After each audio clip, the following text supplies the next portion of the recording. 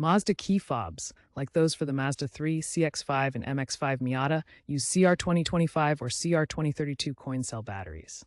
To start, locate the seam on the fob's case, usually on the back or sides. Use a small flathead screwdriver or a plastic pry tool to gently pry open the case at the seam. Apply even pressure to release the plastic clips. For newer models, 2023 to 2025, improved sealing might require more precise tools.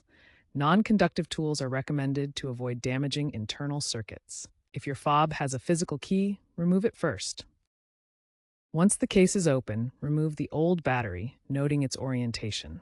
The positive side usually faces up towards the circuit board. Clean the battery compartment if necessary to remove any corrosion or dirt. Insert the new CR25 or CR232 battery with the positive side facing up. Snap the case back together securely.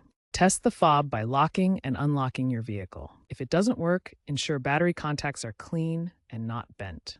For some models, reprogram the fob by cycling the ignition or using the Mazda app.